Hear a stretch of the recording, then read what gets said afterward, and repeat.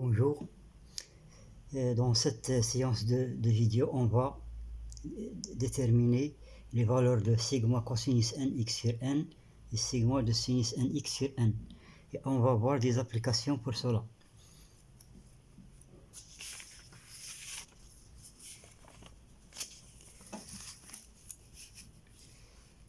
Valeur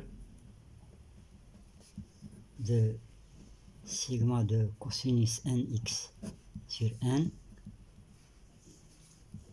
et sigma de sinus nx sur n.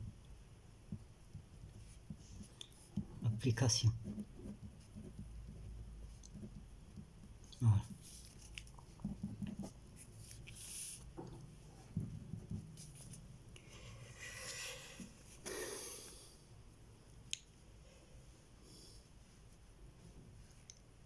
Généralement, on pose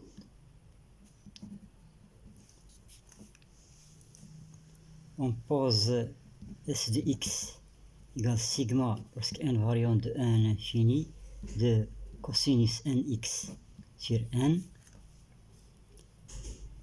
et wx est égal sigma de sinus nx sur n. Voilà. X appartient à R.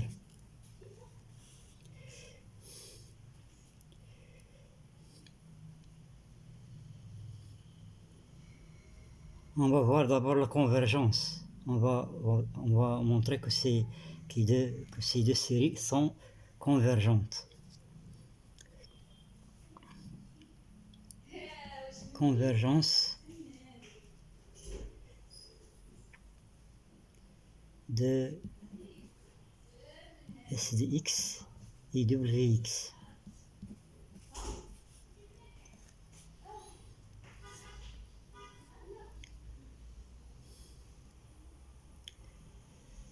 Alors ici on va utiliser le théorème d'Abel-Dirichlet.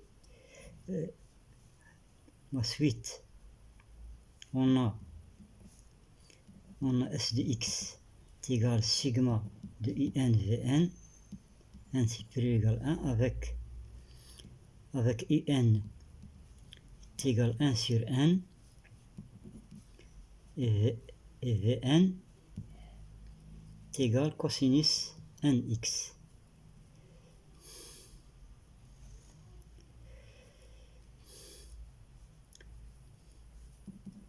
Ensuite in décroît vers 0.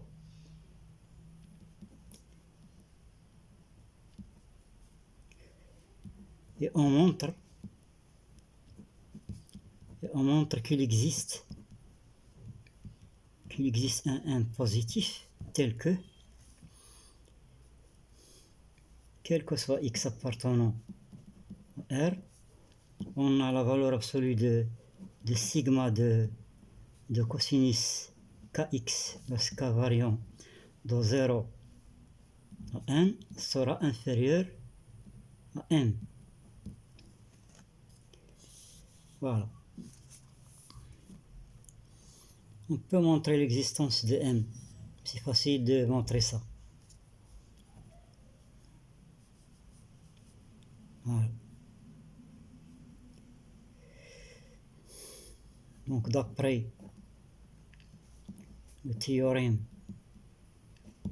d'Abel-Dirichlet,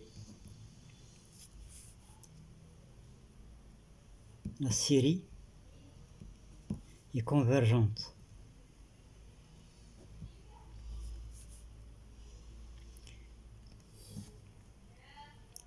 De même pour la série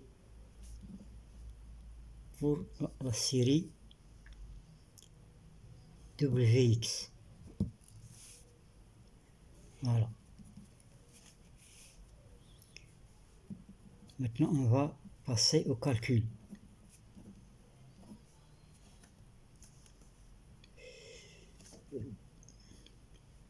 Calcul des sons.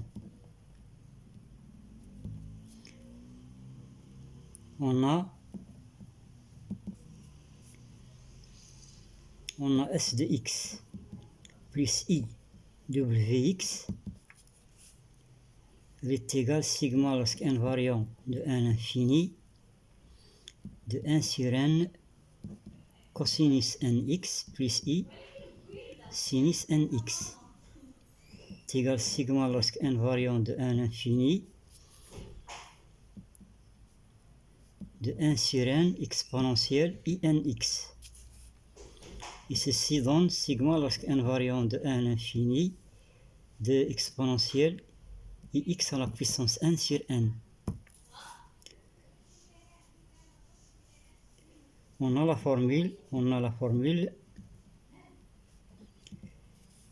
sigma de Zn sur n, lorsque n c'est plus égal à 1, ça donne moins Ln de 1 moins z. Si le module de z est inférieur ou égal à 1 et z différent de 1. Donc S de x plus IWX sera, donc on remplace z par l'exponentielle x, ça donne moins Ln de 1 moins l'exponentielle x. Ça donne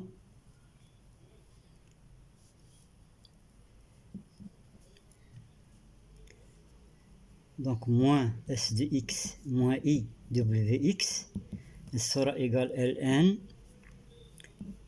1 moins cos x moins I sin x. Ça donne Ln 1 moins cos x, c'est 2 sin carré x sur 2 moins 2i sinus x sur 2 cosinus x sur 2. Voilà. Donc ça donne Ln, on va factoriser par moins 2i sinus x sur 2. Donc qu'est-ce qu'il reste? Il reste cosinus x sur 2 plus i sinus x sur 2. Donc ça donne Ln de 2 plus Ln de moins i plus Ln de sinus x sur 2 plus Ln, ça c'est l'exponentielle ix sur 2. C'est Ln de 2. Ln de moins i, c'est l'exponentielle moins i puis sur 2. On remplace. Ici, c'est le logarithme complexe. Plus Ln de sinus x sur 2. Plus ix sur 2. Donc, ça donne Ln de 2. Moins i puis sur 2. Plus Ln de sinus x sur 2 plus ix sur 2. Voilà. Voilà, donc ça donne Ln de 2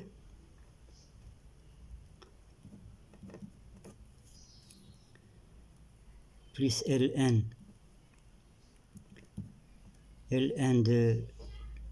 de sinus x sur 2 plus i x moins pi sur 2. Donc on va déduire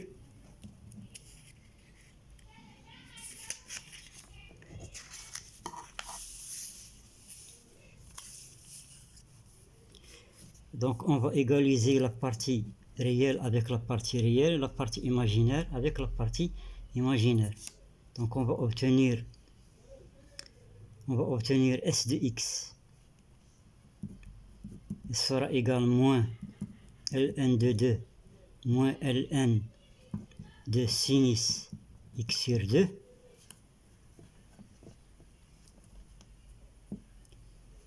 et Wx ça sera égal moins ça, c'est-à-dire pi moins x sur 2.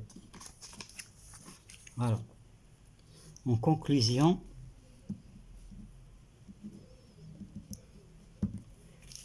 sigma de cosinus nx sur n, lorsque invariant de n infini, il est égal moins ln de 2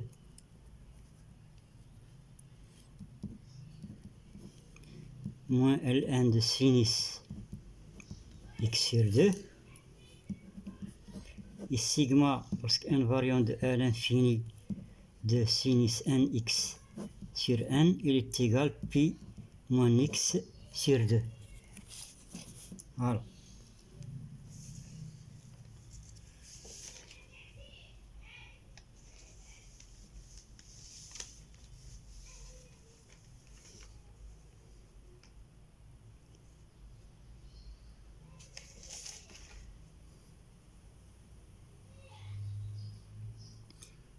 Voilà. Mais ce nombre-là, on peut l'écrire moins ln de 2 sinus x sur 2. D'après les propriétés du ln. Voilà. Voilà.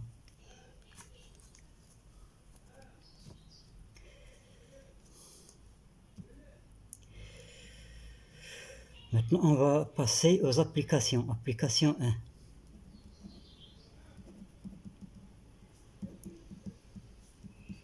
Application 1. On va prendre x égale 1. Pour x égale 1, on obtient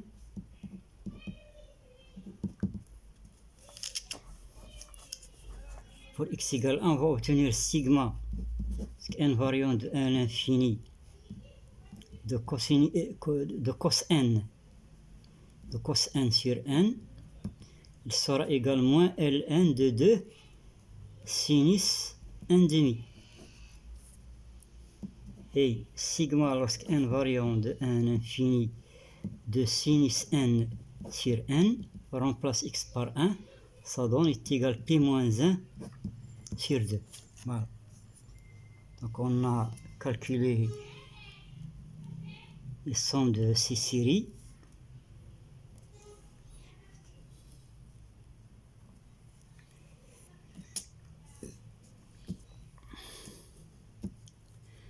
Voilà. Application 2.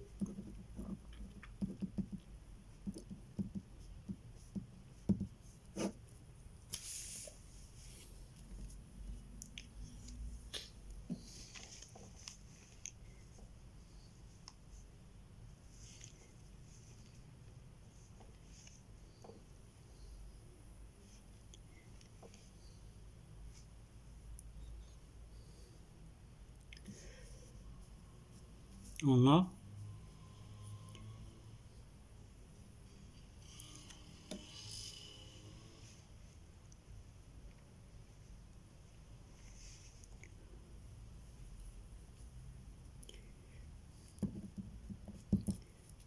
sigma de cosinus nx sur n lorsque invariant de 1 à l'infini est égal moins ln de 2 sinus x sur 2. On va intégrer entre 0 et pi sur 2. Donc l'intégrale entre 0 et pi sur 2 de sigma lorsque invariant de 1 à l'infini de cosinus nx sur n dx sera égal moins l'intégrale de 0 à pi sur 2 ln de 2 sinus x sur 2 dx, c'est-à-dire sigma lorsque invariant de 1 à l'infini de 1 sur n intégrale de 0 à pi sur 2 cosinus nx dx est égal sera égal moins pi sur 2 ln de 2 moins l'intégrale de 0 à pi sur 2 ln de sinus de x sur 2. Et on fait le changement de variable x sur 2 égale t. Donc on va obtenir primitif de ça, donc on va obtenir sigma invariant de à l'infini de 1 sur n. Primitif de ça c'est 1 sur 1 sinus nx entre 0 et pi sur 2 sera égal à moins pi sur 2 ln de 2. Avec ce changement là on va obtenir moins l'intégrale de 0 à pi sur 4 ln de sinus t de x et de dt. Donc on fait sortir un 2 ici. Voilà. Donc on va obtenir sigma invariant de 1 à l'infini de 1 sur n carré sinus 1 pi sur 2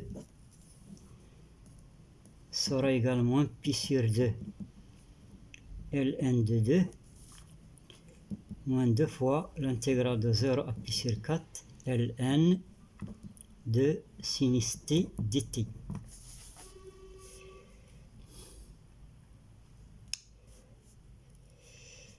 Sinus pi sur 2 il est nul pour n pair, pour n, donc il reste la somme pour n impair. N impair ça donne sigma lorsque n variant de 0 à l'infini de moins 1 puissance n sur 2n plus 1 au carré sera égal à moins pi sur 2 ln de 2 moins 2 fois intégrale de 0 à pi sur 4 ln de sinus t dt. Voilà, donc on va faire sortir donc 2 fois l'intégrale de 0 à pi sur 4 ln de sinus t dt sera égal moins pi sur 2 ln de 2 moins sigma de moins 1 puissance n sur 2n plus 1 au carré. Ça, cette série là, sa somme c'est la constante de Catalan. Donc ça donne moins pi sur 2 ln de 2 moins k. K c'est la constante de Catalan. Constante de Catalan.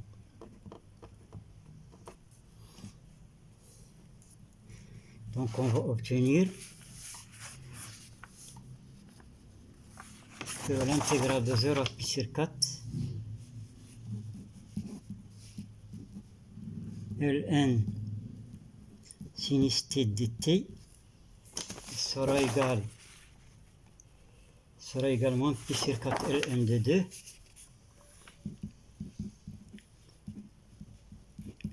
moins k sur 2. Voilà, moins k sur 2.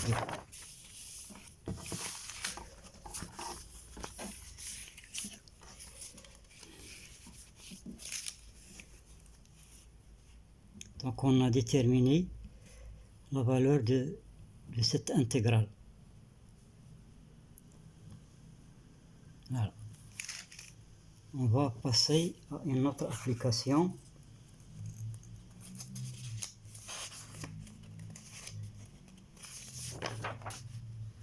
Application 3.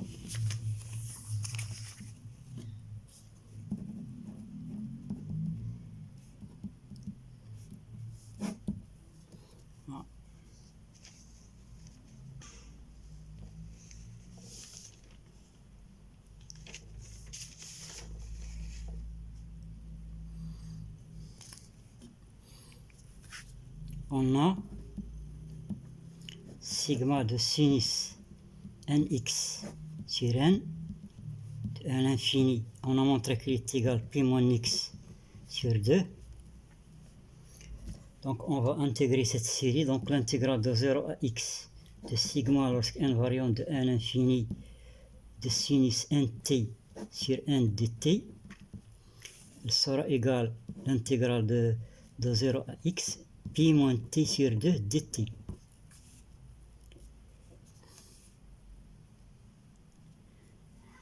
Plus une constante qu'on va déterminer.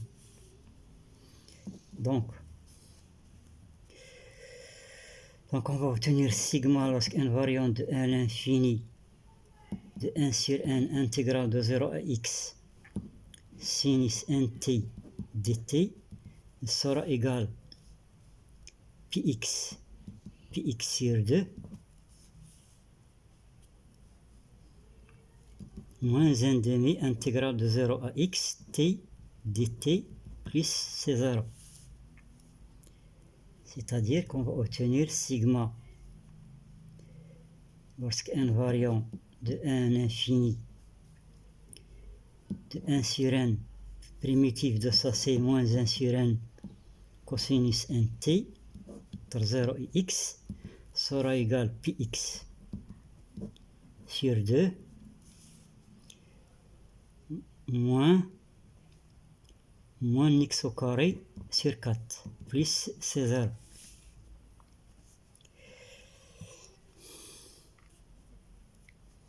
C'est-à-dire qu'on va obtenir moins sigma lorsque n variant de L infini de 1 sur n, ou bien plus 1 sur n carré, 1 moins cosinus nx, sera égal px sur 2 moins x carré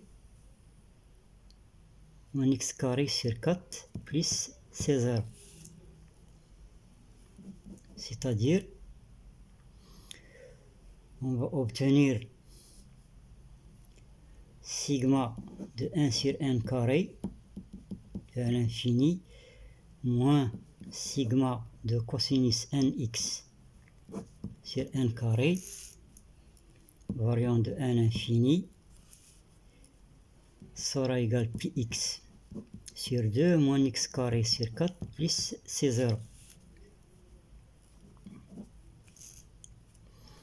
Donc on va obtenir sigma de cosinus nx sur n carré lorsque n variant de n infini, elle sera égale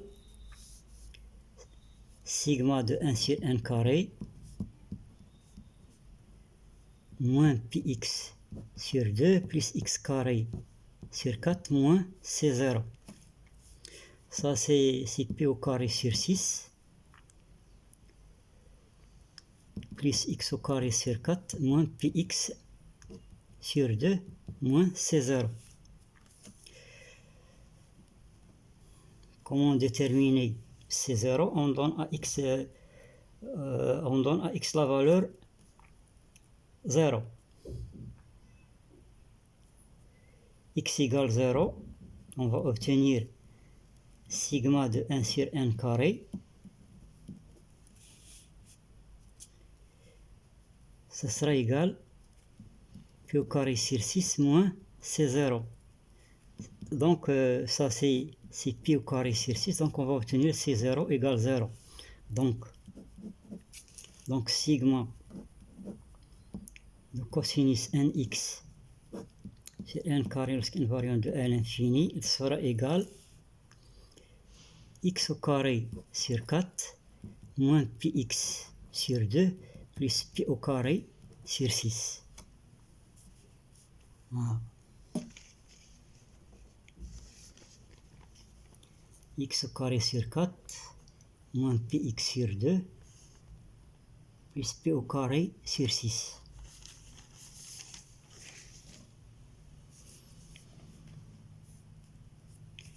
Voilà.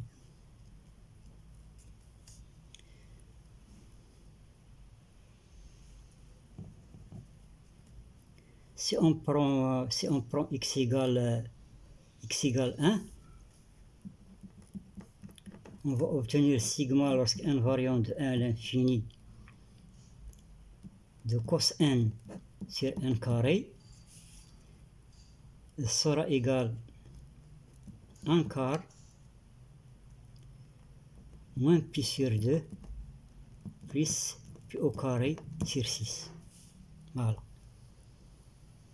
Donc on a obtenu la somme de sigma cosinus nx sur n carré. Et on a obtenu la valeur de cette série.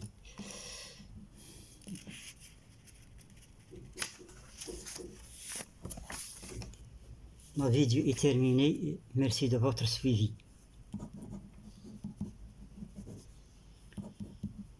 The end. Professeur Abdullah.